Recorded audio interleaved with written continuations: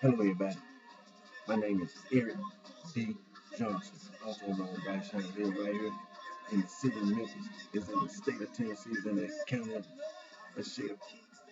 Today is early Sunday morning, September the 4th, 2016 time, 5:16 a.m. First, I thank all my fans for support, for your continued encouragement and support. I continue to keep myself employed right here in this Memphis tri-state area. I continue to further my education and move college online, pursuing my social research and administrative concentration marketing. The music here in the background is African hip hop.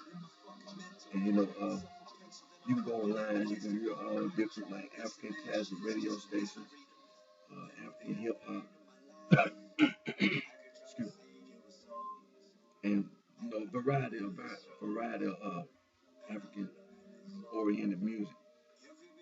And on today's video, let me turn the music on.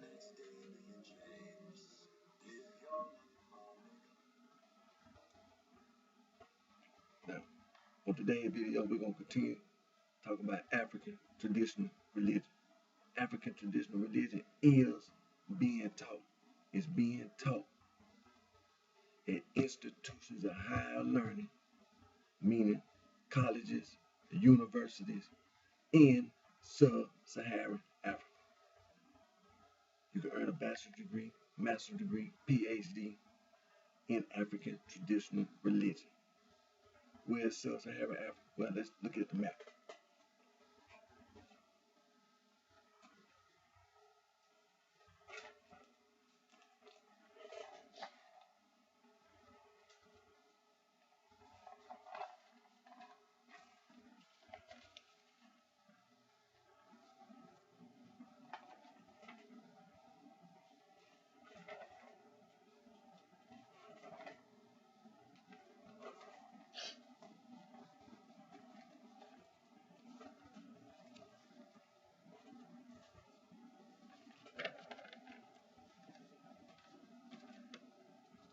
Now, this is a language distribution map. This is a language distribution map, meaning the people who speak a specific language or particular language, where are they located? And it also shows you sub-Saharan Africa. Now, that blue color, it shows you that's the Afro-Asiatic. That yellow color, Nilo-Saharan. Now, that dark orange color, that's the Niger-Congo A. The light orange color is the Niger-Congo B, Bantu.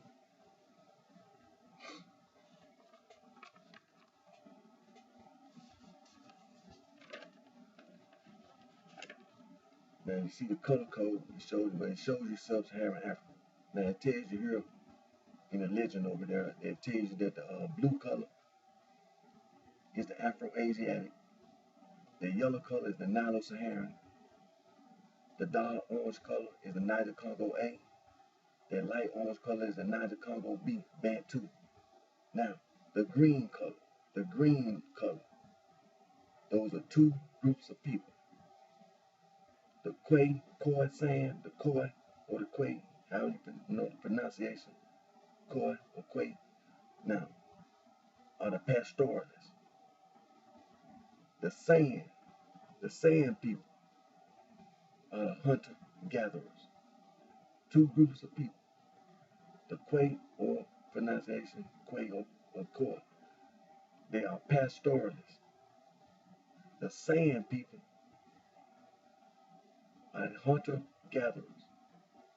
Now over there on the island of Madagascar, there's a lavender purple color, the Austronesian. The Austronesian people are the people that live in Indonesia. The people that live in Indonesia, they migrated, left or migrated from Indonesia, and they settled on the island of Madagascar and colonized the island of Madagascar. They are not the original inhabitants of the island of Madagascar.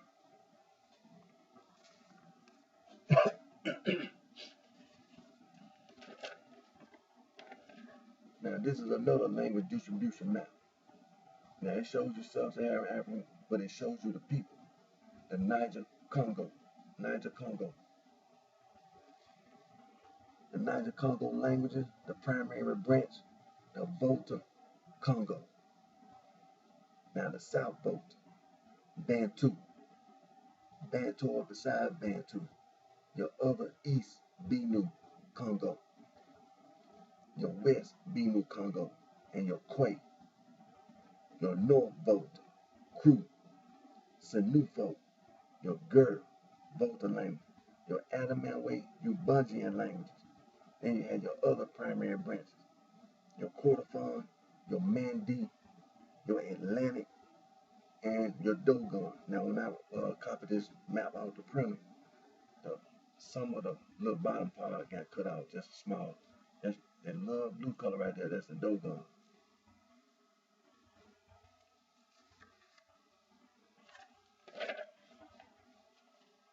Now this is another language distribution map. Niger Congo.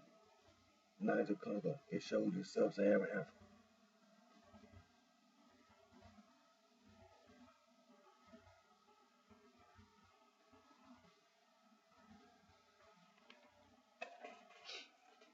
Now it tells you the Atlantic, the Wolo, the Fule, your Mandi, Bambare, Malika or Mandinka, Dayole, your Kru, and your Gur. You speak Mori. Your Kwai languages, Bali, Akan, and Iwi, Dogon, Ajor, Adamawa, Ubangi, Jibaye, Benda, and Zandi. Your Kordofanians. Then you have your non-Bantoid, Yaruba, and Igbo. Your Bantoid, Fang, Tiki, Lingale, Mongo, and Kundu, Congo, Choki, Lube, Luganda, Rwanda, Rundi, Sukume, Kikuyu, the Bantu, Swahili, Makuwe, Inyanje, Bimbe, Shone, Tisange, Northern Soto, Zulu, Southern Soto, Kosa, Tiswane, Ndange, Umbundu, and there are many others that are not listed here, that are Niger Congo speaking people, but may not be listed. And then such as in the Volo Fule category, the Atlantic group, the Sira, and Timni. You know, we've been talking about Timni and in the Congo area to Shalube, because Katube and Lengale, but there's Shalube and the Urhobo, Isoko,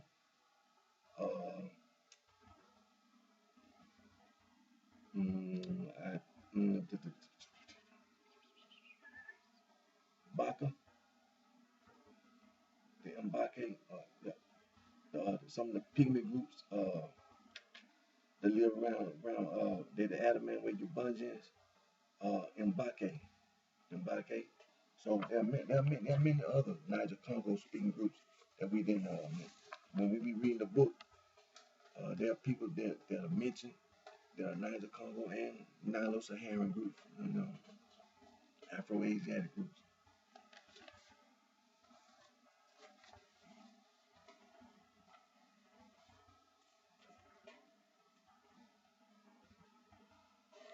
And we want to continue to encourage everyone and about this street gang and this drug gang. Get in contact with the Niger Congo. Now I know I leave my video and get in contact with the Niger Congo directly, indirectly, and inform the Niger Congo about the street gang and the drug gang in Chicago, Illinois. The street gang and the drug gang in Los Angeles, California. Get in contact with the Niger Congo and inform them about the street gang and the drug game in Canada, North America, South America, Central America, the Caribbean, Mexico, hell, all around the world, all around the world, because it is a serious, serious issue that needs to be addressed. There are many people who are descendants of Niger Congo and who are living in various parts of the world, not only in sub-Saharan Africa, but we know about the Arab slave trade or East African slave trade. We know about the transatlantic slave trade or West African slave trade. And we know about any other slave trade. And we know that there are people living who, as I say, who are descendant, whose ancestors are Niger Congo, and because of DNA, we don't want to leave the Nilo-Saharan and the Afro-Asiatic. You got thrown on the boat.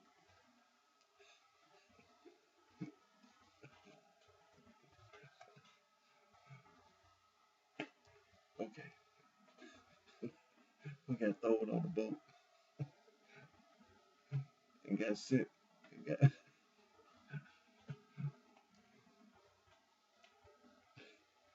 But get in contact with Niger Congo about the street gang and the drug gang, and they'll you know to help explain what people what's being said or what the issue is or what it is that you're trying to say. Uh, one thing that could help, uh, the network, television network, BET, Black Entertainment Television, they did a series of programs uh, called American Gangster. Now, as you know, on the American Gangster program, they talked about here in the United States, the street gang and the drug gangs here in the United States, and it didn't start, the street gang, drug gang didn't start here in America, but the problem here in America, and then also there are YouTube videos, these street gangs and drug gangs, they make YouTube videos and things in nature, and that can help, what it is that you're trying to say, in your explanation about the street gang and the drug gang, and that'll help with your explanation and the Niger Congo that in sub-Saharan Africa, uh, when you try to explain things to people, put yourself, reverse the situation. Somebody come to you and try to talk to you and try to explain something to you. It could be, for example, it could be the same issue and just reverse the situation. Somebody from sub-Saharan Africa, and they can come from sub-Saharan Africa, and they can try to explain the same issue about street gang or drug gang to you, and you'll be sitting there like, I don't know, like, I don't, what are you talking about? See, that's what we're trying to get, to help you explain what it is that you're trying to say. See, like I said, the network, television network BET, they did a series of programs titled American Gangster, and they talked about the street gang and they talked about the drug gang. You understand? So, and then you have YouTube videos, and then you also can refer to entertainment, just like let's just say for instance the movie Scarface, with the actor Al Pacino. That's an example. You can refer to let's say give you an example. You was talking to someone from sub-Saharan Niger Congo. The movie Scarface, or Godfather, The Godfather 1, 2, and 3, or what's that movie? Colors. Remember that movie that Ice-T did? The movie Colors. You know, and see, you can also use entertainment. You can also use rap music. You hear people on call themselves a gangster, what they call it, gangster rap.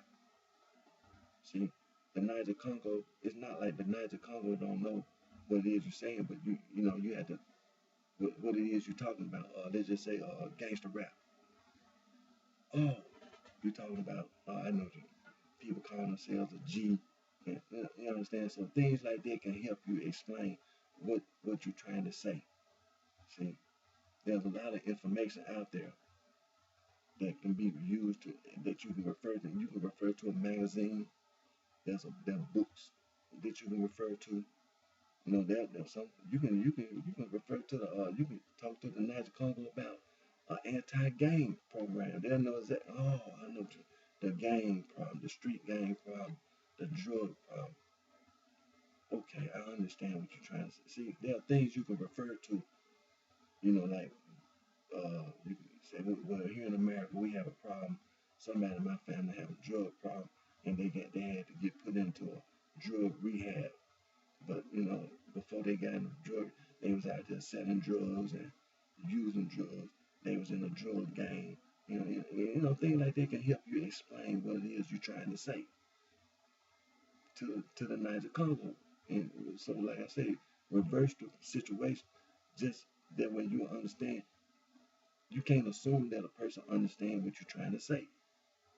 So there's a possibility that you're gonna need some help in your explanation what it is that you're talking about. You can refer to entertainment. You can refer to rap music like gangster rap music. Oh, okay, I understand what you mean. I understand the street gang. I understand. I heard some words in the lyrics of the rap song or the R&B song, and I heard, you know what I'm saying. So there are many things that you can refer to, not just the BET network that you can refer to when you talk to the Niger Congo about the street gang and the drug gang. There are many things that you can refer to help in your explanation about this problem, not just here in America, but be honest, it's a worldwide problem. The street gang and the drug gang is a worldwide problem, and it needs to be addressed. But we need to think about it. We, as descendants of Niger Congo, we who our ancestors were Niger Congo, we need to have this uh, understanding about the street gang and the drug gang. Nobody is supposed to be walking around gonna tell you it ain't nothing wrong being in a street gang. It ain't nothing wrong being in a drug gang. Nobody got no business telling no child that. Your common sense telling nobody in sub-Saharan Africa live that way. Nobody. You don't see it. You don't see it nowhere. Whatever answer somebody's trying to give you over here in America, that answer don't work in sub-Saharan Africa. We live in two different worlds. We live in two different areas. We live in different regions of the world. We don't live by the same laws. The Constitution is different. We don't speak the same language. So no, it's not gonna be the same. Let's get to our reading.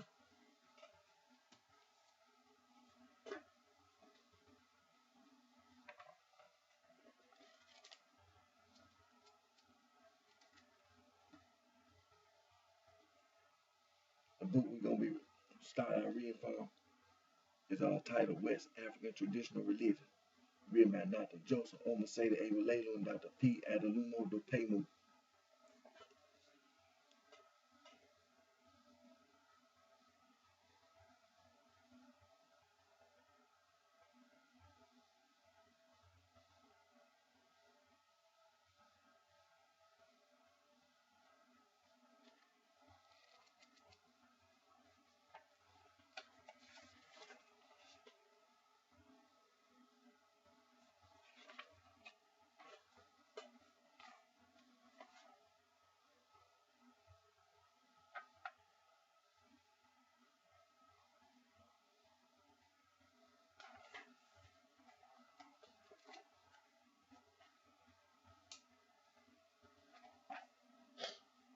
We read from chapter 6, God and Man.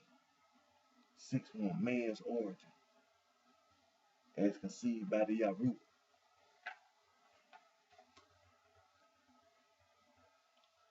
On his coming into the world, man passing the gate between heaven and earth, where the Onibodi Orun, the heaven's gatekeeper, asked him to declare his destiny again. There, the destiny is doubly and finally sealed, and man is born into the world. But he forgets everything about his destiny. It is only his Ori, guardian angel or counterpart, that knows all about his destiny and therefore guides him throughout life. But the Yaruba believe that there is always the oracle divinity, Oromile, who is presented when man's destiny is sealed before deity. He also knows all about man's destiny. He can always put man in line with regard to his duties and obligations, what to do and what to avoid, so that all may be well with him.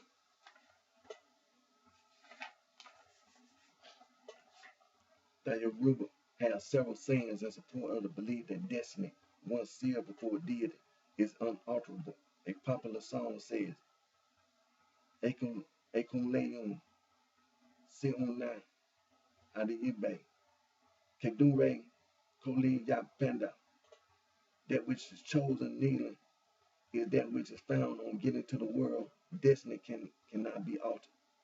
People also say that Onyomo Ko Jibogun, that which is affixed to one cannot be rectified with medicine. Another lyric popularized by the Yaruba talking drum is Ohunti, Obey Wun Obey, Opay, Liafi Owu, Rire, Idaki E, Jamil, Ohuntai Ori, Wasi, Konisi Elayesi. Whatever is spendthrift likes, he buys with his money. Hold your tongue still, give us peace. Whatever the Ori comes to fulfill, it cannot be fulfilled yet. But implication, this lyric shows that whatever happens and whatever may be the vicissitude of life, man's destiny is unalterable. However, this unalterability of destiny is somehow modified by the Yaru. They believe that given certain conditions, man's destiny can be altered. In other words, a happy destiny may become an unhappy one, and vice versa. This can happen in one of the following ways.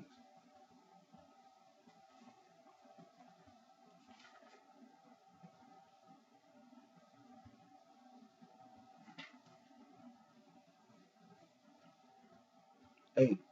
The divinities, especially the oracle divinity, can alter the destiny. The Yaruba do not merely live in a dream world of utopianism by thinking that whatever way they spend their life on earth, their destiny must be fulfilled. They worship the divinities from time to time in the hope that their happy destiny may be preserved. They also know that when they violate divine laws, especially laws connected with God-man relationships and man-man relationships, they make the divinities frown, and they can punish such dereliction of responsibility. But by way of punishment, man's happy destiny can become an unhappy one. The Yaruba therefore propitiate the divinity so that an unhappy destiny caused by men's disobedience may be rectified. B. A person's Ori, man's double counterpart or guardian angel, can affect his destiny to make it happy or unhappy. As we have observed, when one's Ori is in good terms with one, everything will be well with one. That is why the cult of Ori is prevalent throughout Yaruba land, and people offer regular offerings to Ori to keep it in a state of peaceful contentment. C. The evil ones of the world can alter man's destiny for worse. These evil ones are designated Omo Ereyi, children of the world, by the Yaru. They can also be called Ayi, the world for short. Another name for these evil ones is Ilinini, the relentless, bitter, sadistic, implacable enemy of people. They include witches, sorcerers, poisoners, and all who are given to evil practices in the hope of spoiling every opportunity of human success. To a person who behaves abnormally, suffers persistent misfortune, goes through a concatenation of aggravating circumstances. Yaruba say, Aye lo, ni, Mbe, AJ. It is Aye that is afflicting him. The Yaruba say, Aye lo, Mbe, AJ. It is Aye that is afflicting. The Yaruba so dread Aye that they tell those who are fortunate in life by Isuri Befun, Kao, Fo Bo OG, in Torah, Ayiko, Fina,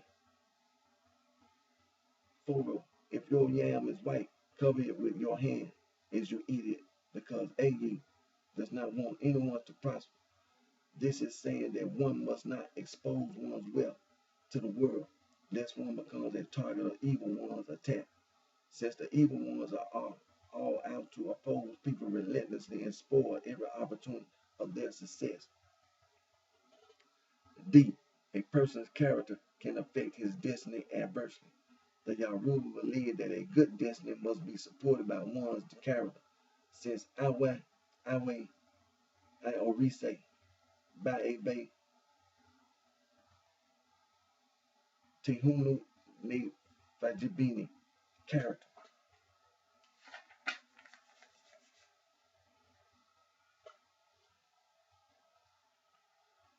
is like an Orise divinity. If we worship an Orise well, we get his protection. And if we behave well, we benefit. Also, the Aruba say, Awe, Riri, Liso, Aniyun, Ihen, Funfun, Liso, Irin. Just as white teeth enhance a laugh, so does a good character befit a person. Thus, man's destiny can be spoiled by his action, rashness, restlessness, and impatience. That is why people say, oh yo, on Yuju, ni Akiri, Yotao, Fi, Atunsi. He was owing to over rejoicing that the frog broke his thigh. This is another way of saying do things in moderation. In summation, we can say that although the Yaruba believe that man is predestined by deity before coming into the world, and that his destiny is sealed again and therefore unalterable, yet their actions and practice show that this unalterability of destiny can be modified in some way.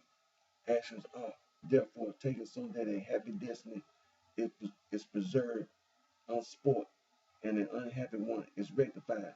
To the Yaru, there is no confusion of thought in this two-sided conception of destiny. Thus, a particular phenomenon may be seen as the result of Kendare, destiny, or fate, and at the same time, Ofowofe, that which one brings upon oneself, and Owo Ayi, the hand, or mechanization of Ayi. I'm going to start right there.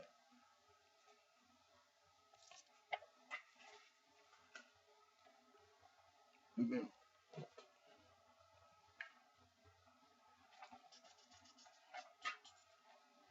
been reading from chapter 6, God and Man, 6:1, man's origin. And we'll read as conceived by the Yaru. We've been reading from the book titled West African Traditional Religion, written by Dr. Joseph Omaseda Egalelu and Dr. P. Adenumo Dopemu.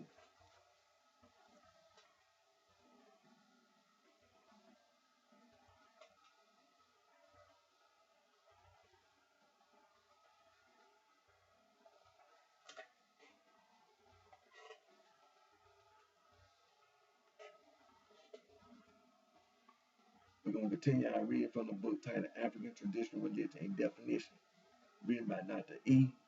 Aloja Adowu.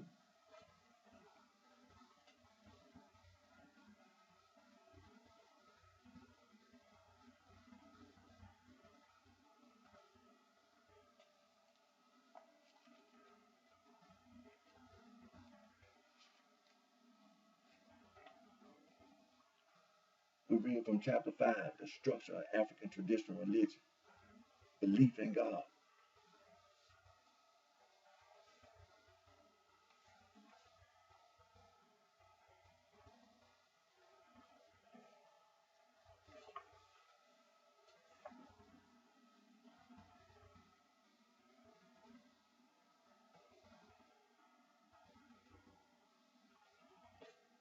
But he said that the blacks have not lost the idea of the true God, yet their yet their idea of him is very confused and obscure.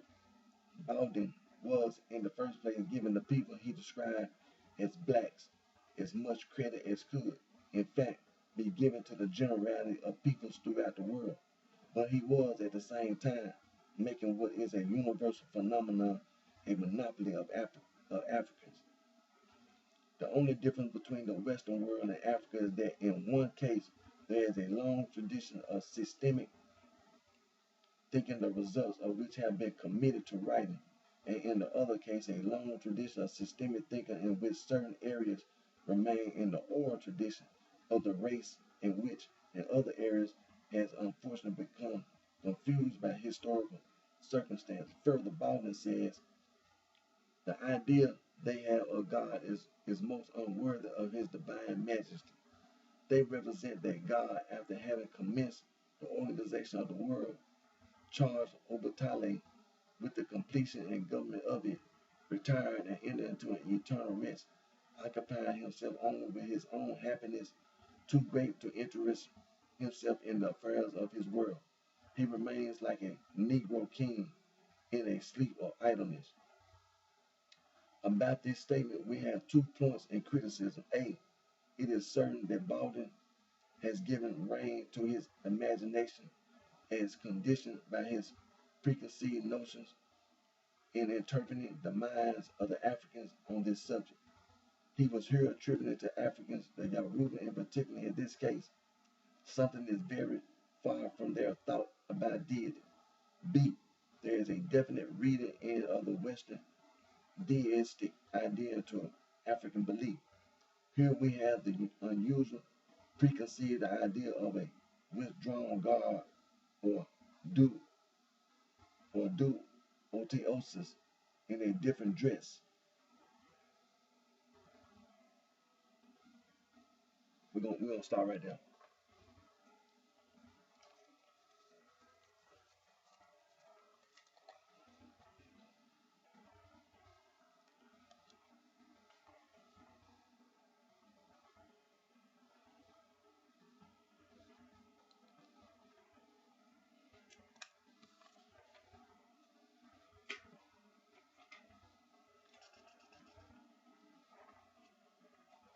And we've been reading from chapter 5, the structure of African traditional religion, belief in God.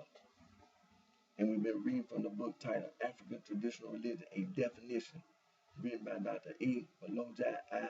Dowu.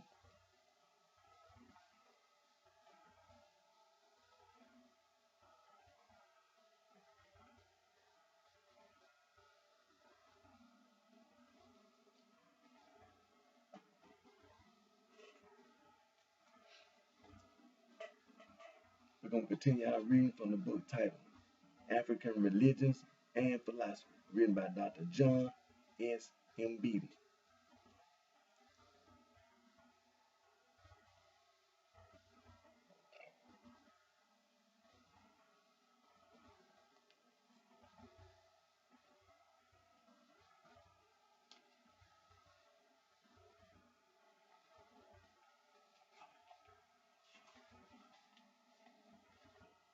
We're reading from chapter 17, the concepts of evil, ethics, and justice.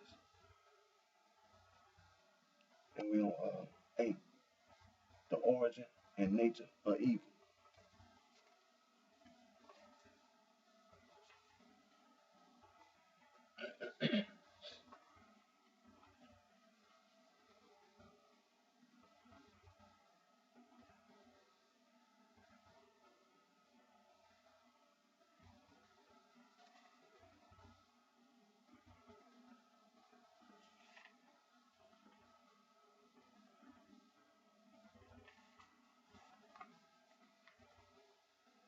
There are other societies in which people do not feel that they can offend against God. For example, the Ankori recognize God as the final principle of order, but individuals do not offend him nor feel guilty towards him. It is held among the Azandi, Akan, Swazi, Vanyawanda, and others that God has no influence on people's moral values.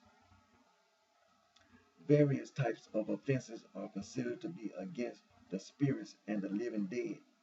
We have indicated that the living dead, and to a less extent the spirits also, act as intermediaries between God and men, and that they are the guardians or police of tribal ethics, morals, and customs, where such spirits were once the founders or forefathers of the nation.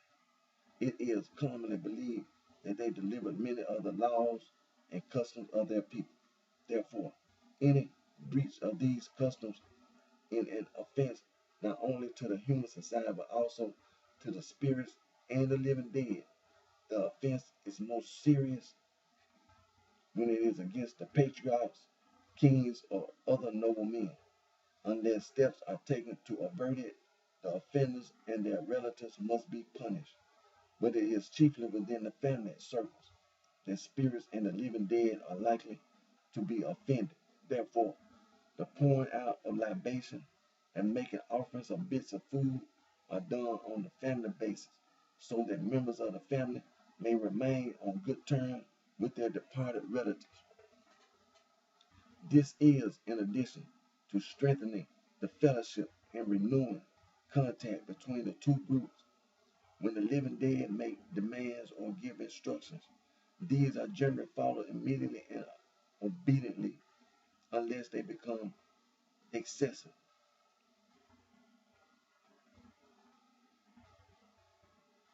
Okay,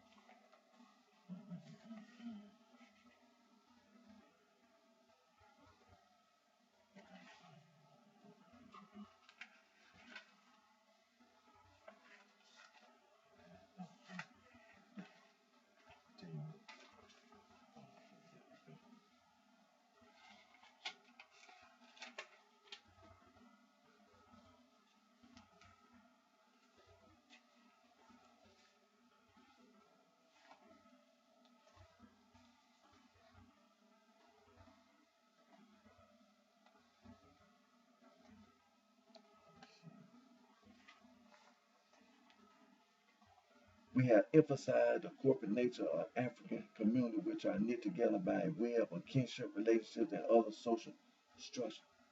Within this situation, almost every form of evil that a person suffers, whether it is moral or natural evil, is believed to be caused by members of his community. Similarly, any moral offense that he commits is directly or indirectly against members of his society. The principle of hierarchy is most helpful here. As a rule, a person of a lower rank, status, or age commits an offense against another person or being of a higher rank or age. One may also offend against a person of the same status. Never or rarely does a person or being of a higher status do what constitutes an offense against a person of a lower status. What is considered evil or offensive functions from a low level to a higher level. And if a witch, for example, bewitches a little child, this act puts her on a lower level than the child. That is the philosophical understanding concerning what constitutes evil in the context of relationships. Something is considered to be evil not because of its intrinsic nature, but by virtue of who does it, to whom, and from which level of status. According to this principle, God does not and cannot commit evil against his creation. We have already mentioned societies like the Akambe, Hariro, and others who firmly hold that since God does them no evil, they have no need to sacrifice to him. When people feel that a misfortune or calamity has come from God, they interpret this not as an offense, but as punishment caused by their misdoings. So also,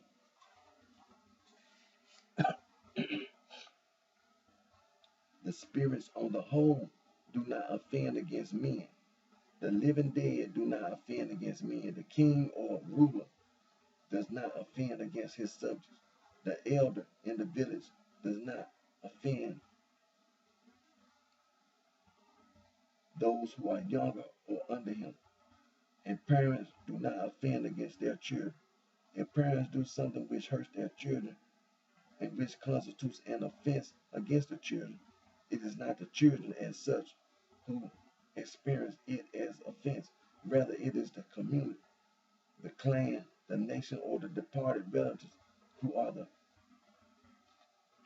real object of offense, since they are the ones in a higher status than the parents. Consequently, it is not the children themselves, but the offended community or clan or living dead who punish the parents.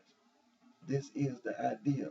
There are exceptions to it as to any generalization. For example, if the king departs from the laws and customs established by the founders of the nation, he would be considered as offended against his subjects because he has departed from the established order. Indeed, the offense is also against the patriarchs and heroes of the nation, and therefore it is in effect an offense against beings of a higher status.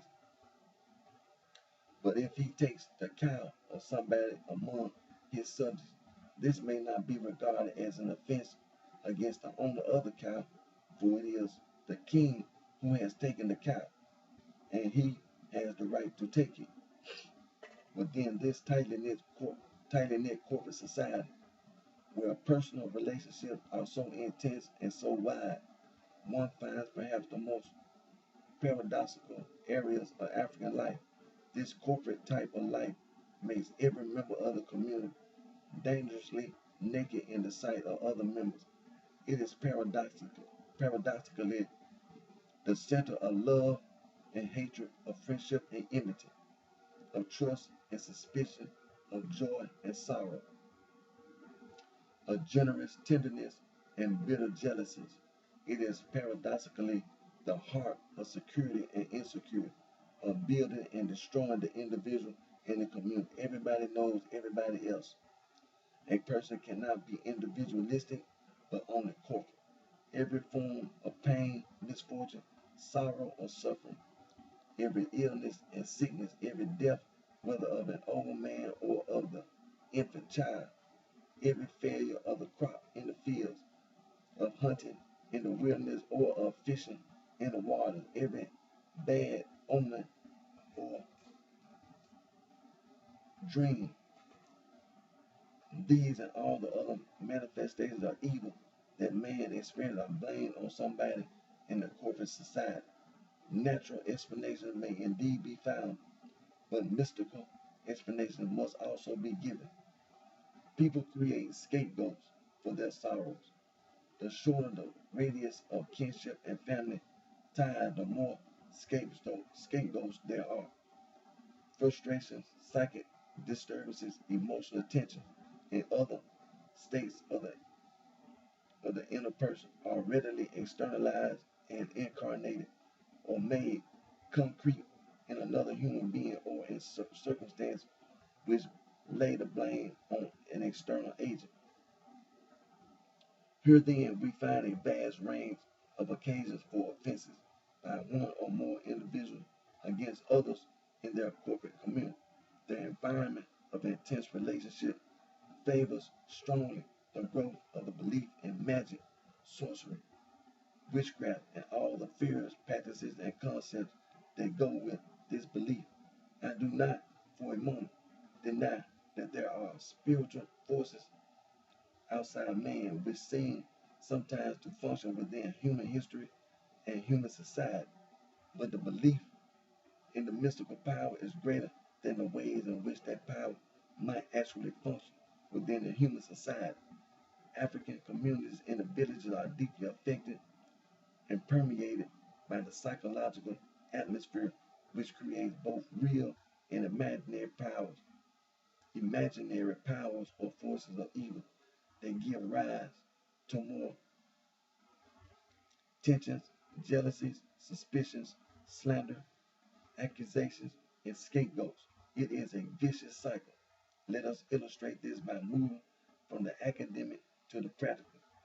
Within this intensely corporate type of society, there are endless manifestations of evil.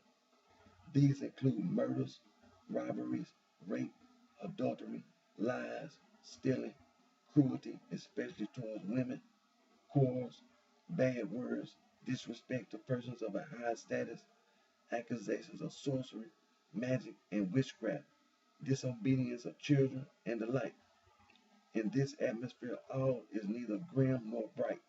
It is hard to describe these things. One needs to participate or grow up in village life to get an idea of the depth of evil and its consequences upon individuals and society. A visitor to the village will immediately be struck by African readiness to externalize the spontaneous feelings of joy, love, friendship, and generosity. But this must be balanced by the fact that Africans are men, and there are many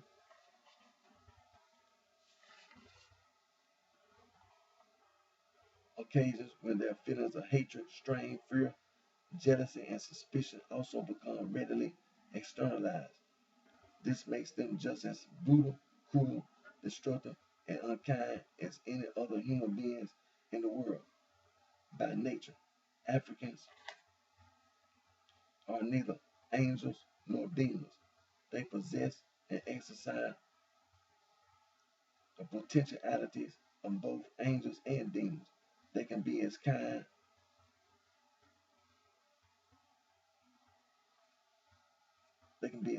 as the Germans, but they can be as murderous as the Germans. Africans can be as generous as the Americans, but they can be as greedy as the Americans. They can be as friendly as the Russians, but they can be as cruel as the Russians. They can be as honest as the English, but they can also be as equally hypocritical. In their human nature, Africans are Germans, Swiss, Chinese, Indian, or English. They are men. Ritual matters are another area where offense might be committed. Every African society has regulations and procedures about ceremonies and rituals. When offense is committed here, it is often necessary to perform ritual purification. We may cite an example from the Kikuyu, who performed a ritual of vomiting the sin to cleanse a person from evil, from ritual evil. For this purpose, a goat is slaughtered and its stomach contents taken out. An elder presides over minor occasions, but a medicine man is necessary for major offenses. The stomach contents are first mingled with medicines. Then the officiating elder takes a brush with which he wipes out some of the mixture of the tongue of the offender, enumerating the offenses committed. Each time the offender spits out the mixture on the ground. Afterwards, the walls of his house are brushed with the same mixture. If the house is not so cleansed, it must be demolished. This rite is full of symbolism, which is not hard to see. I'm gonna stop right there.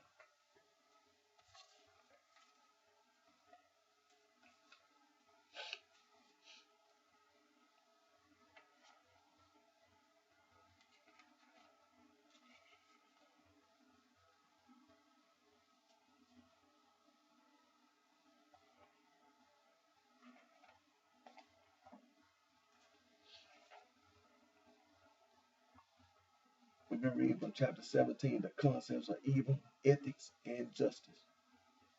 And we've been reading from A, the origin and nature of evil. And we've been reading from the book titled African Religions and Philosophy, written by Dr. John S. M. Beatty.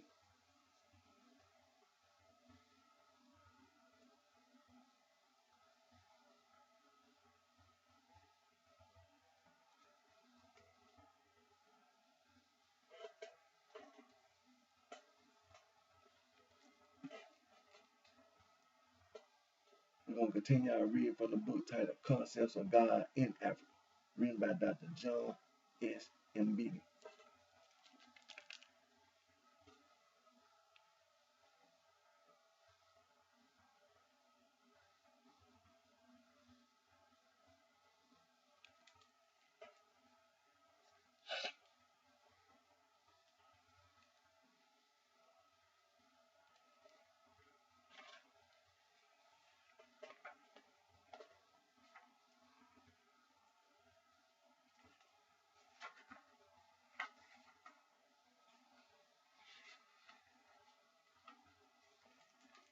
We read from part 4, God and man.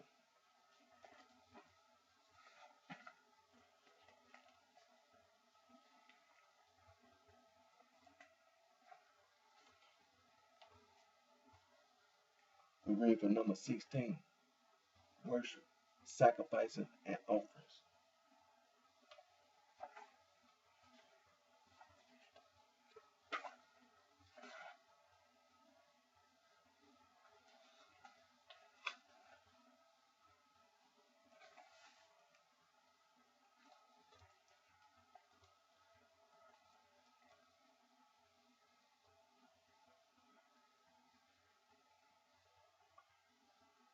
The bugway. When a woman first becomes pregnant, she cooks food and takes portion of it to the forest where she offers them to God. In doing so, she invokes him, saying, God, from whom I have received this child, take thou and eat. The people sacrifice to God a portion of the heart of every animal killed, of every honeycomb that is found, and of every fruit that is plucked. They believe that if one fails to give to God even this small portion of the game, one will fall sick or never kill any more animals thereafter. The Banyawanda say that God is so good that he does not require sacrifices or offerings. They make sacrifices to the two main spirits believed to collaborate with God or to be his messengers. They think that God sends these spirits to eat the meat. If the people find maggots in the meat, this is taken to be a sign that the two spirits have been pleased with what was given to them. The Banyoro have many divinities, as we have already seen. They make offerings and sacrifices to these divinities. To the divinity of plenty are sacrificed cows or bull calves, the meat being placed on a throne in a temple or near the king's palace. To the divinity of war, offerings were formerly sent by generals before going on expedition, and upon return, occasionally offerings are made to one of the cattle divinities. In Yahweh, when people wish to cross Lake Albert by canoe, they make offerings to the divinity of the lake. When a person is struck by lightning, offerings are sent to the divinity of thunder. The divinity of the weather, being very important, receives an ox from the king and sheep and fowls from the people. The same divinity gets offerings when too much rain has fallen or when the rain has delayed.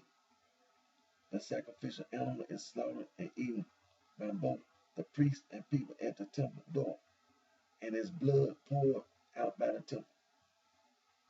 When a new moon is observed, the king makes a sacrifice of 2 or more sheep, and all work is suspended. The next day, in times of distress, the people call upon God, the Creator, and rainmakers pray to him for his aid.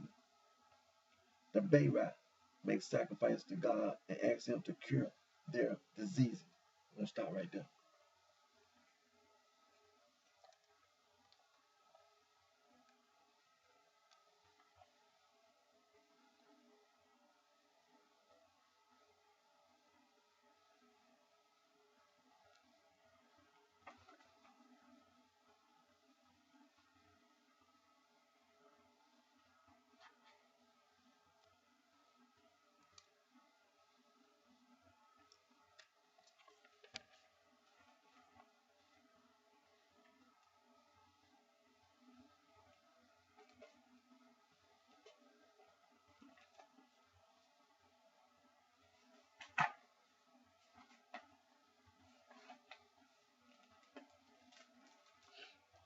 We've been reading from part 4, God and man. And we've been reading from chapter 16, number 16, worship, sacrifices, and offerings. And we've been reading from the book titled Concepts of God in Africa, written by Dr. John S. M. Beebe.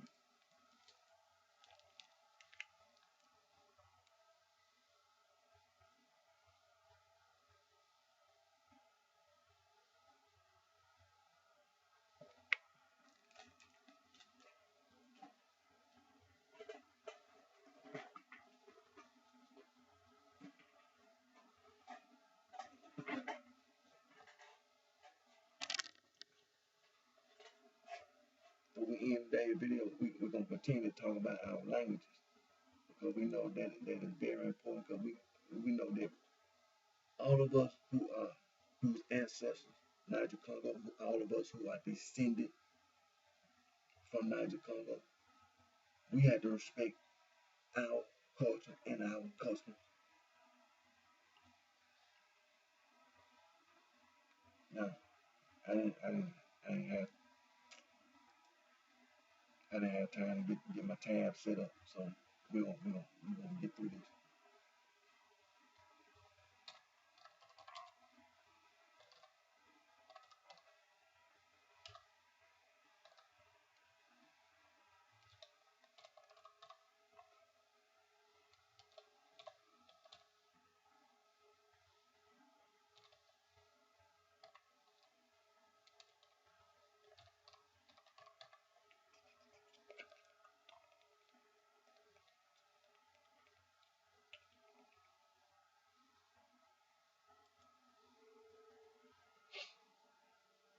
Now we know that we've been talking about the Peace Corps.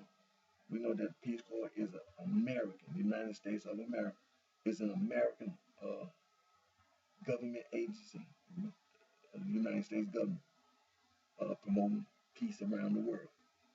And we also know that the foreign service, that, diplomats, ambassadors who work in the consulates and embassies on behalf of the United States government. All countries around the world have consulates and embassies, because they have to have to promote diplomacy, peace around the world, and countries when they have to negotiate with each other, and you have to be able to speak each other's language or understand each other's culture and customs. And the African nation of Mali. Now the Peace Corps, they have Bambara courses. Bambara. They have courses, ebooks. They have 13 audios. 13 audios for you to listen to on the Bambara language.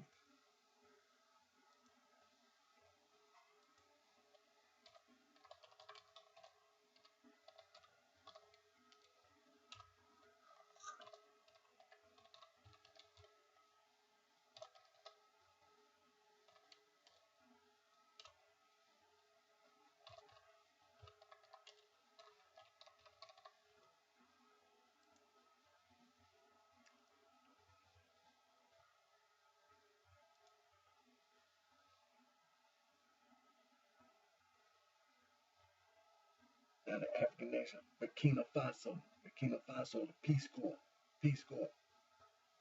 They have courses, ebooks, 21 audio, 21 audio on the Moor language, Burkina Faso, the Moor language, 21 audio for you to listen to.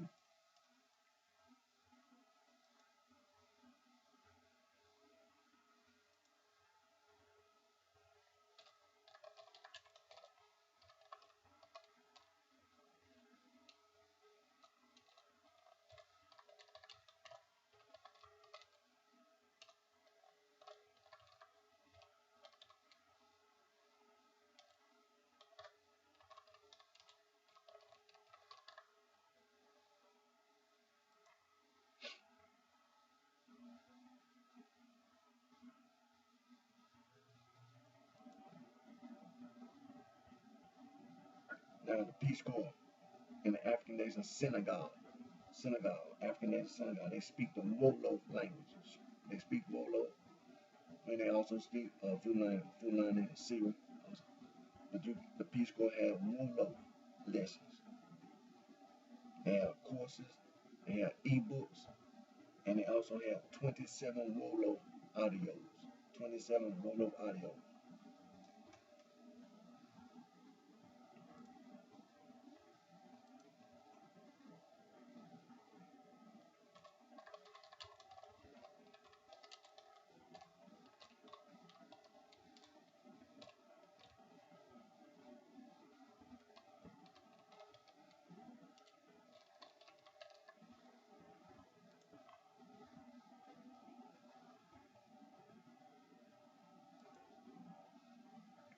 African nation of Gambia. The African nation of Gambia. The African nation of Gambia, they speak Mandinka. Mandinka. Now the Peace Corps have Mandinka courses. They have courses. They have ebooks, and they have 25 Mandinka audio. 25 Mandinka audios.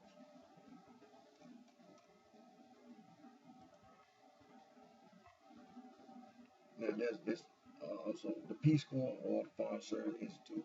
Now the Peace Corps may not be there, but let's say this: that the foreign service, the ambassadors and diplomats, so they could be in a country that may have some instability or some political instability.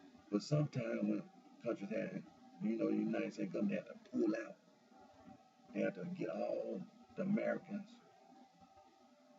who, not just the Peace Corps, but the ambassadors and all the diplomats and all the employees. They have to get taken out the country because the country could be experiencing a civil war or some type of war, some type of political instability. The government got overthrown, things of this nature. And we know that there are some countries, it could be a situation at this time, U.S. government, the Peace Corps, or the diplomats or the foreign service may not be there at this time. Now, some countries, we find that in many African nations, sub-Saharan Africa, and other African nations as well, that the Peace Corps is there in the native language. The Peace Corps have courses, speak the native language. But some countries, such as like Guinea-Bissau, they speak a European language as their official language. I'm not saying they don't speak their native language as well, but they speak, one of the official language is a European language, like Guinea-Bissau, Portuguese is the official language. The African nation of Cameroon, the official language, English and French. And the African nation of Angola, Mozambique, the official language, Portuguese. And Liberia, I think Liberia, the official language, English. Official language, English, but at the same time, they have recognized language, which are the native languages are recognized language. Just like Zimbabwe, the official language, English, but the African nation of Zimbabwe, they have recognized languages. All the native languages, Shone, Zulu, whoever lived in and around Zimbabwe, Swane, Swahili, they recognize all that, including sign language. The African nation of Central African Republic. Now we know that the African nation, Central African Republic, may have some civil wars and political instability. They speak the native language Sango, and they also have a Creole language. But we know that the Peace Corps right now might not be there. So when you try to find course and things next, may not find them at this time. But that don't mean that you can't find a single language and things next.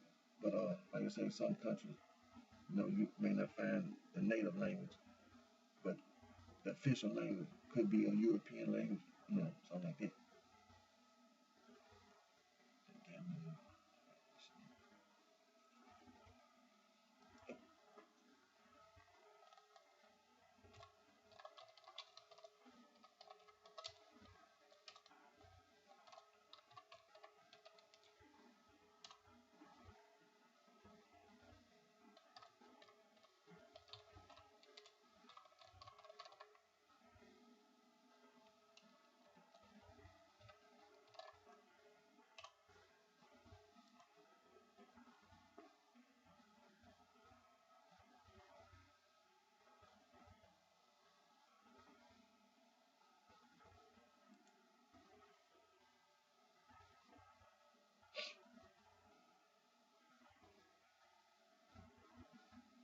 Now the African nation of Guinea, the Peace Corps have courses and ebooks.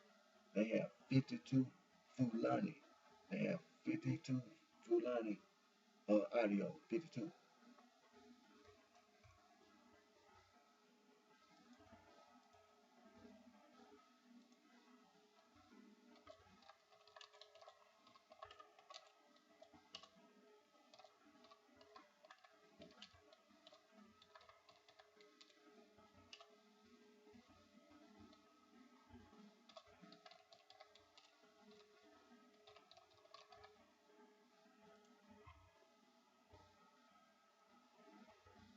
African nation Sierra Leone.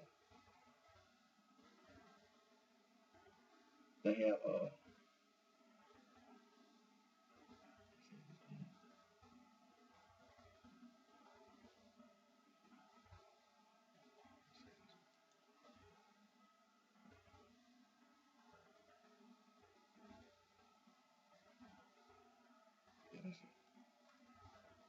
now the Peace Corps has a Timney language manual. Timney language manual is a PDF. PDF is a Timney language manual that you can refer to help you with your Timney, study the Timney language. And they also have a Creole manual to help you learn how to understand the Creole in the African nation of Sierra Leone.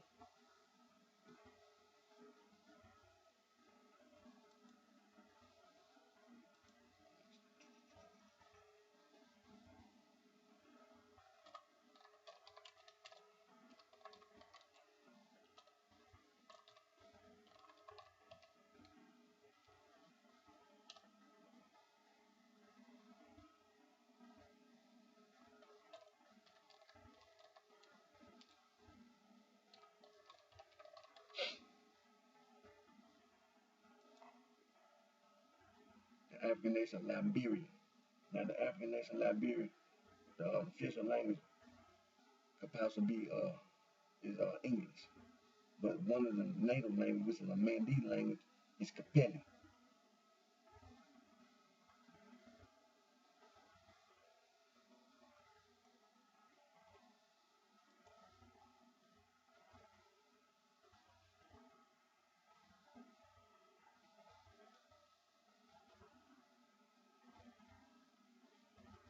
Now, there's a PDF that you can refer to. It's a Kapeli reference handbook of phonetics, grammar, lexicon, and learning procedure. Now, it's done by the Peace Corps, and what it is the Educational Resource Information Center.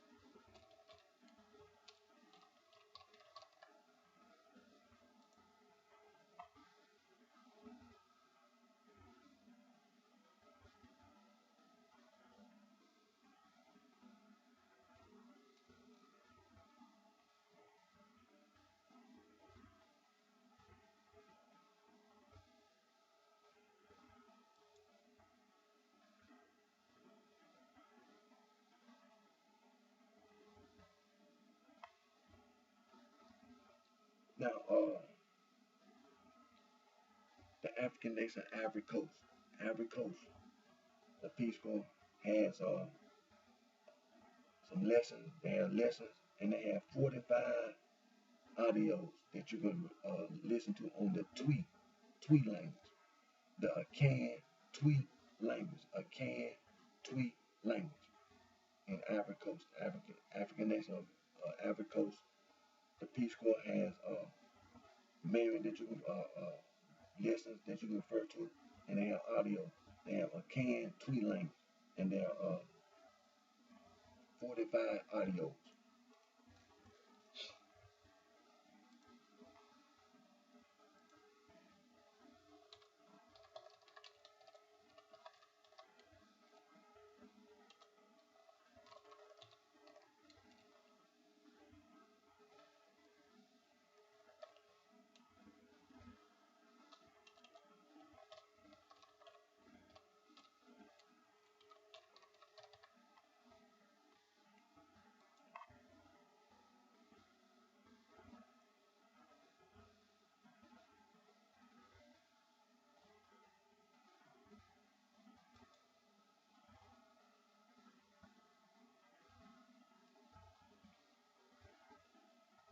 Now, the Peace Corps is in the African nation of Ghana. The African nation of Ghana, they have courses, they have ebooks, and they have 19 audios on the tweet Ashanti. Ashanti tweet.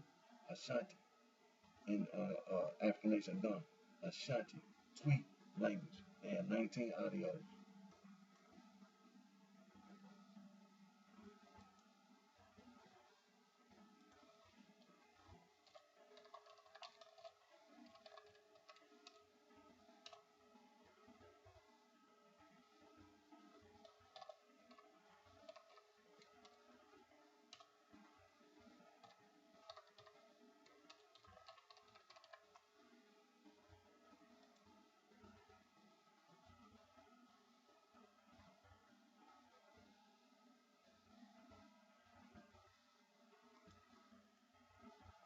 In the the Peace Corps is in the African nation of Togo, the African nation of Togo, and they have the Iwa language.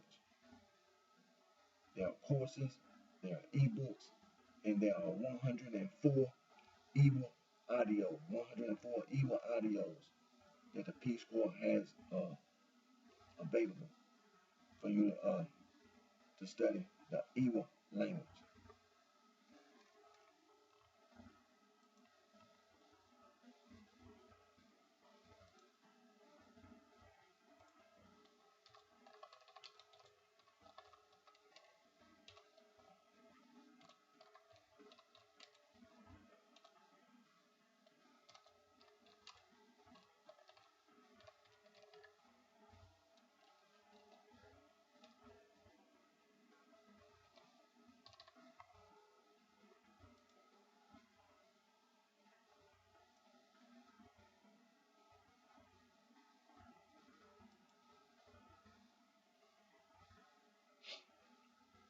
The African nation of Benin, the African nation of Benin Peace Corps has available uh, courses and ebooks, on the phone language, phone language.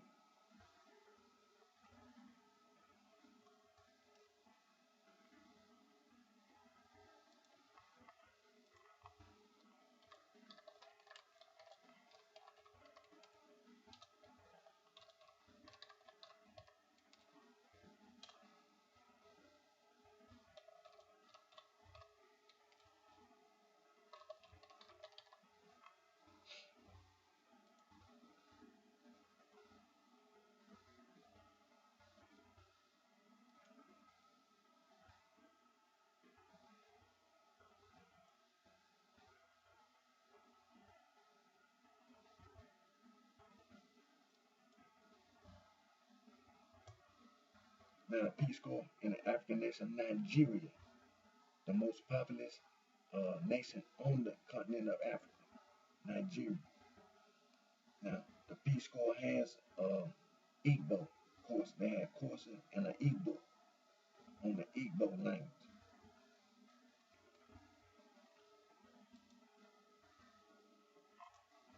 Now, we know that the African nation of Equatorial Guinea and the African nation of Gabon, the people speak the Fang language. The Fang language. Now, the Peace Corps or the Foreign Service Institute possibly at this point in time may not be in that in those countries at this time. And see some, and then also like I say, the official language in some countries may not be the native language but the people still speak their native language, but the official language could be English, could be French.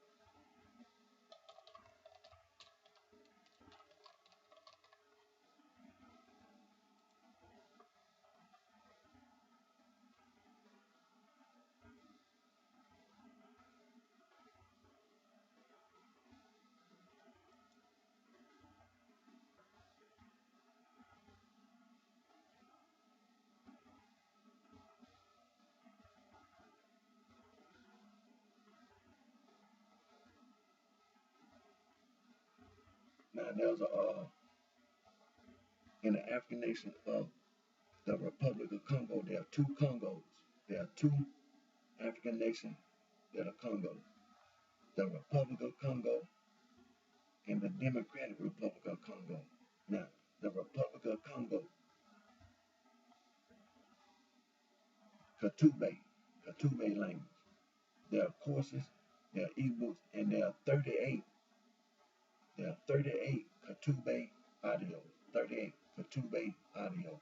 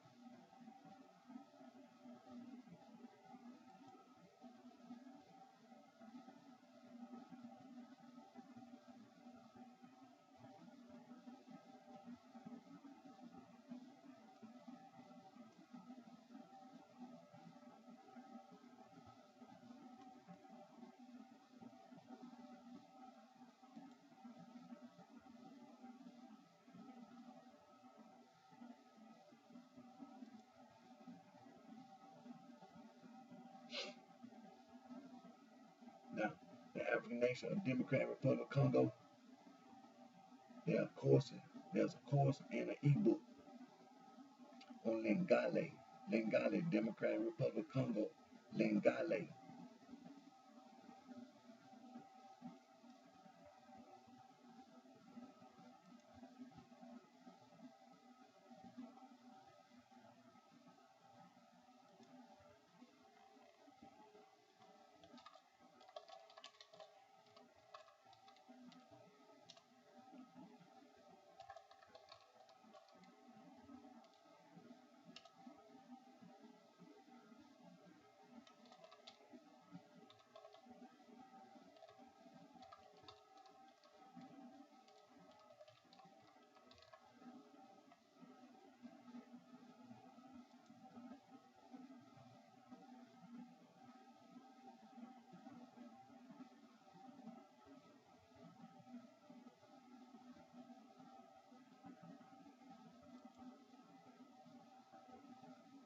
Now, the African nation Rwanda.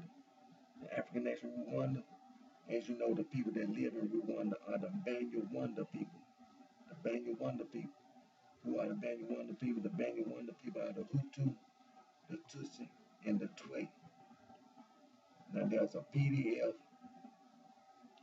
trainee Kenya Wonder book that you can refer to help you with your study with Kenya Wonder.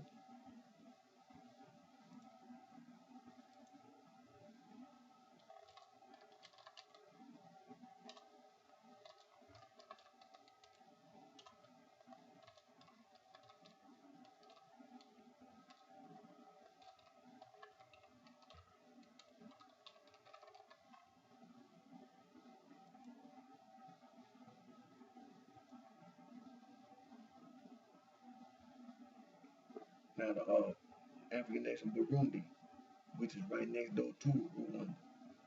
The people that live in Burundi are the Hutu, the Tutsi, and the Twa, and they speak Kirundi. Now at this point in time, I didn't find any, manual, because like I say, because in some countries, the language, the official language could be French, or could be English.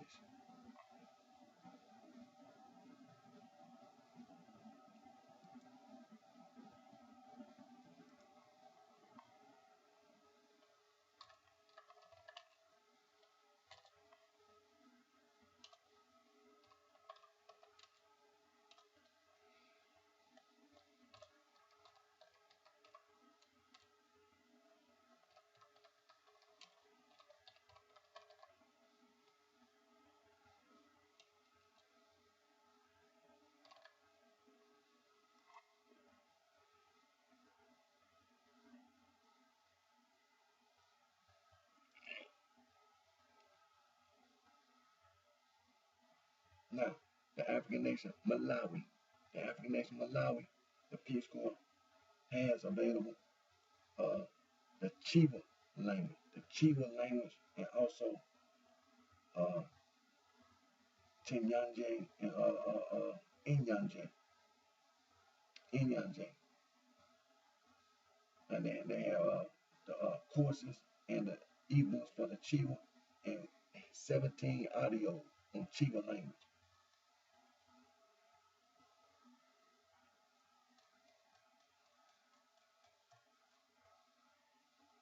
That's the African nation Malawi.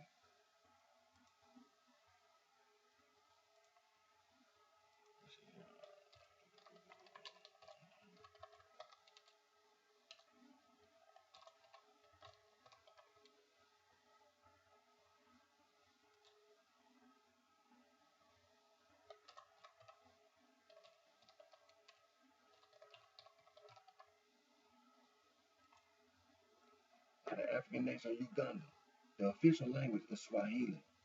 The people that live in Uganda are the Buganda people. Now there are other groups of people. I'm not gonna make a mistake of, uh, because there are many people that live in Uganda and Kenya and Tanzania, but the majority Buganda, and the Peace Corps have Luganda language courses.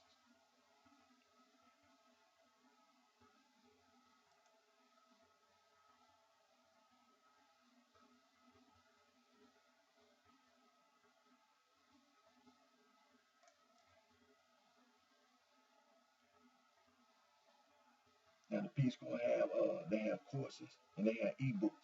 They have 12 Luganda audio, 12 Luganda audio.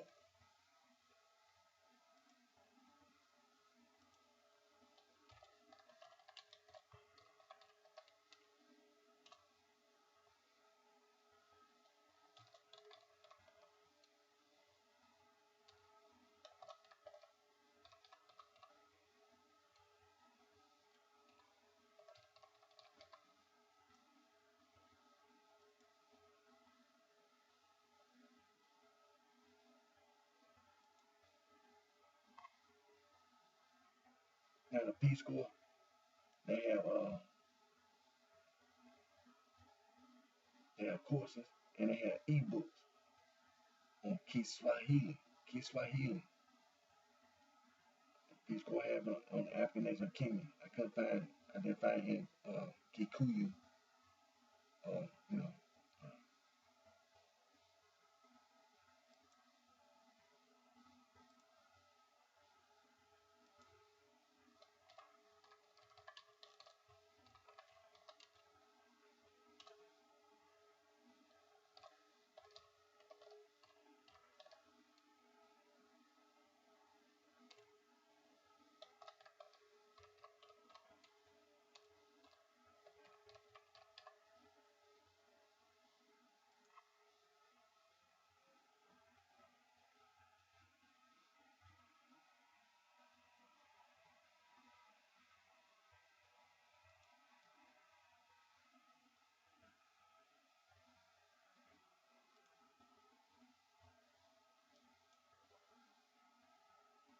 Now the African nation of Tanzania, the official language is Kiswahili, but I didn't find in Sukume, language things, but Kiswahili. They have courses and ebooks on Kiswahili.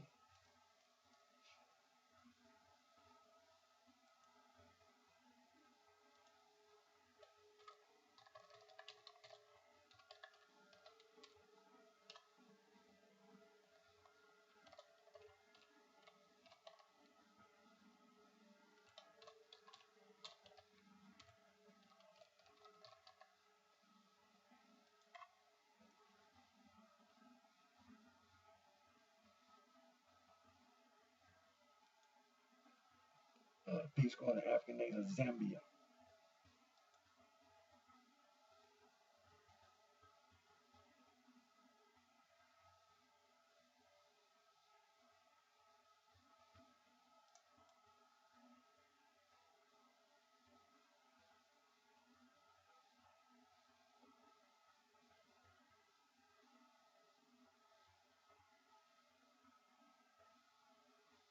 The African nation of Zambia. They have Bimbe, the Bimbe language, the African nation of Zambia. The Bimbe language, they have a lesson. There's a lesson on the Bimbe language. In the Bimbe language.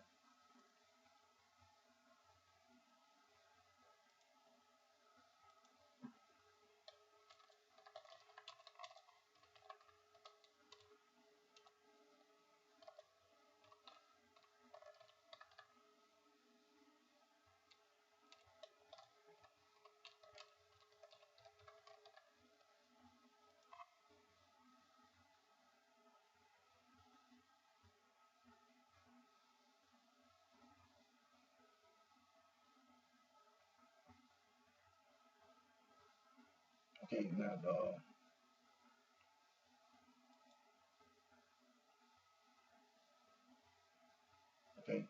the Foreign Service Institute. Now, the Peace Corps and the Foreign Service Institute are both United States government. Now, the Foreign Service Institute on the Shone. Okay, the Shone. They have course. They have one course and one ebook. They have 35 Shone audios. 35 Shone audios. That's the Foreign Service Institute, not the Peace Corps, not the Peace Corps, but the Foreign Service Institute in Zimbabwe. Zimbabwe, the African nation Zimbabwe, the Shone language. They have one course, they have one ebook, and they have Foreign Service Institute have 35 Shone audio.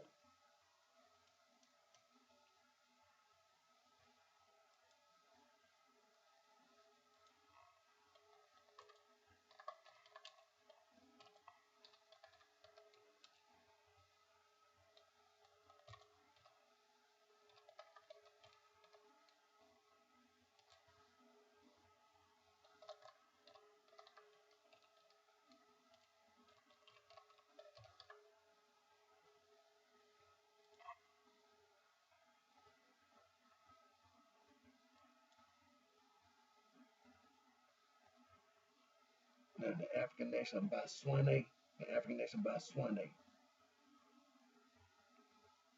they have three Setswana. The African nation of Botswana, they speak the Setswana language. They have Setswana courses, Setswana ebooks.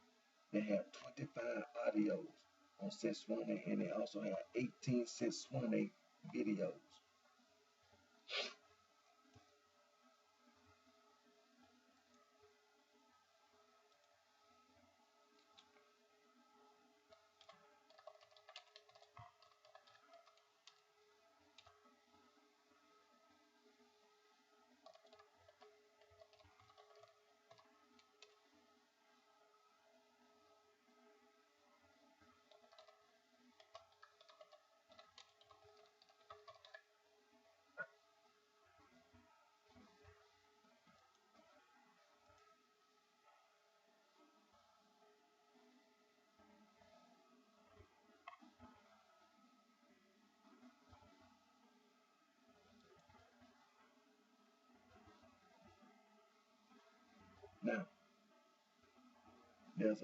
there are two African kingdoms in the African nation of South Africa. When you look at the African nation of South Africa on the map, there are two kingdoms, Swaziland and Lesotho, in South Africa. Now, the kingdom of Swaziland, they speak Siswati. Siswati. There are two Siswati courses and there are two Siswati ebooks. There are 9 Peace Corps Siswati audios. Siswati audios.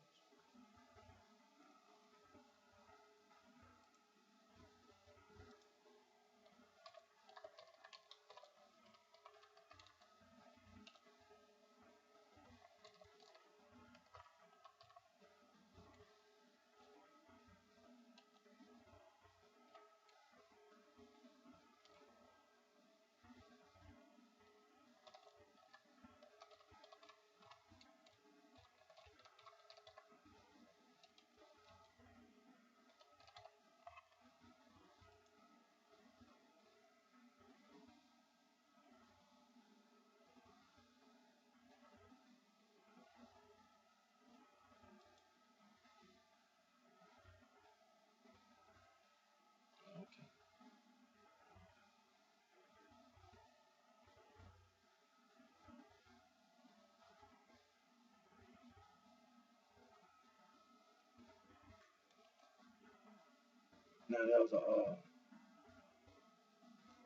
Now the Peace Corps does have a Sesotho.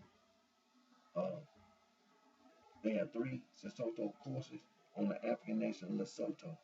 Lesotho is a kingdom. Like I said, in Africa, in South Africa, there are 2 kingdoms, Swaziland and Lesotho. Kingdom of Lesotho, the people speak Sesotho. There are 3 Peace Corps Sesotho courses and there are 3 Peace Corps Sesotho ebooks. Now, let's go back over here. And the PDF. Okay, there it is.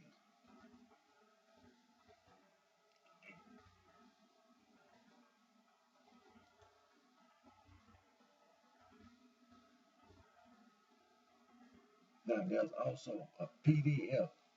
It's a Peace Corps beginner's tutorial in Sesotho for Peace Corps volunteers. And when you look for it, it's Pu Sichabe. And when you'll look for it and you'll be like, I don't know what you're looking for, what are you talking about? It's a PDF that I've been referring to.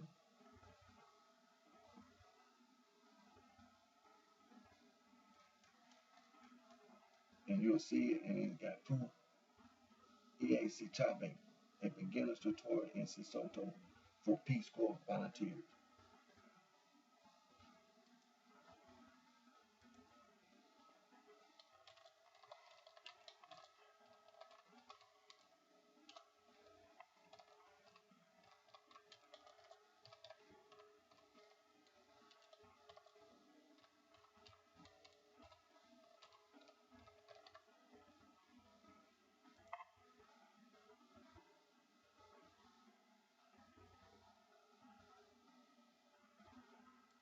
The African nation of South Africa. Now, there's an introduction to Zulu language. It's a PDF that you can refer to on the Zulu language. Zulu language. Saying good morning, or good morning, day, evening, sir, or evening, ma'am. How are you? Unjani. How are you? Singular. Unjani.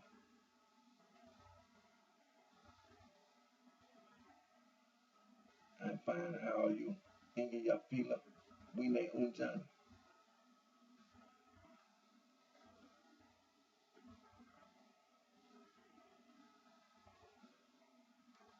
So that's Zulu.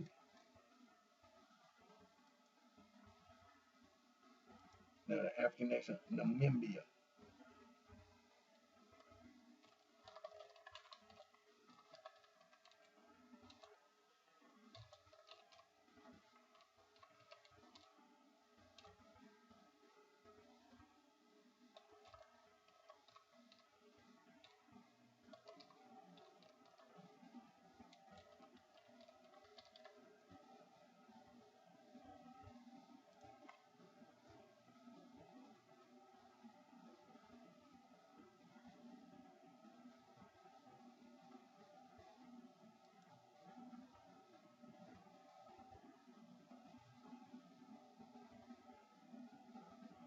There's a beginner's guide to Ndunge, Oshi Ndunge, Oshi Ndunge, the African nation of Namibia. Oshi Ndunge, there's a manual that you can refer to.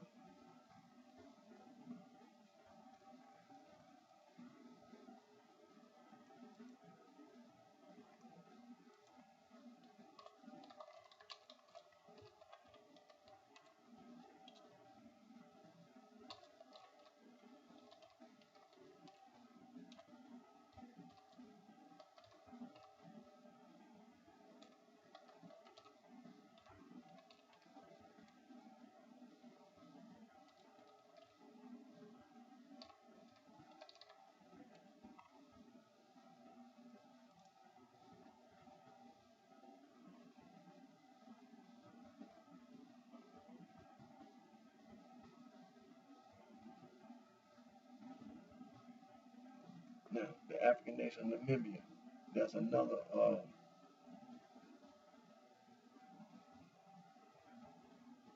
language that you can refer to, the Oshi Kwanyame, Oshi Kwanyame, Oshi Kwanyame in the African nation of Namibia. Now, let me see. Or you can refer to the Foreign Service.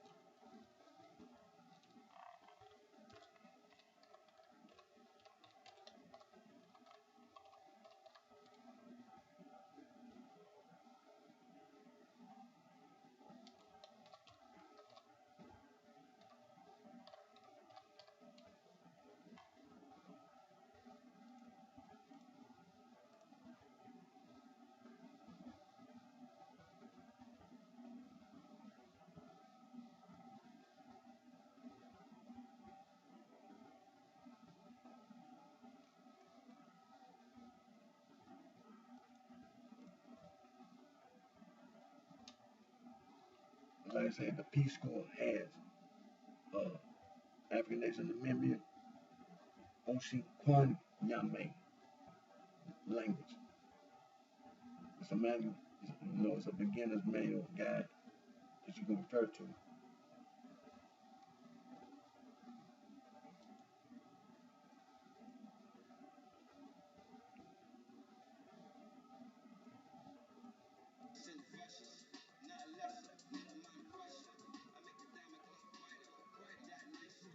So get ready to end today's video. Again, my name is Eric D. Johnson, also known as BrightShine. Live right here in the city of Memphis in the state of Tennessee, Kansas City.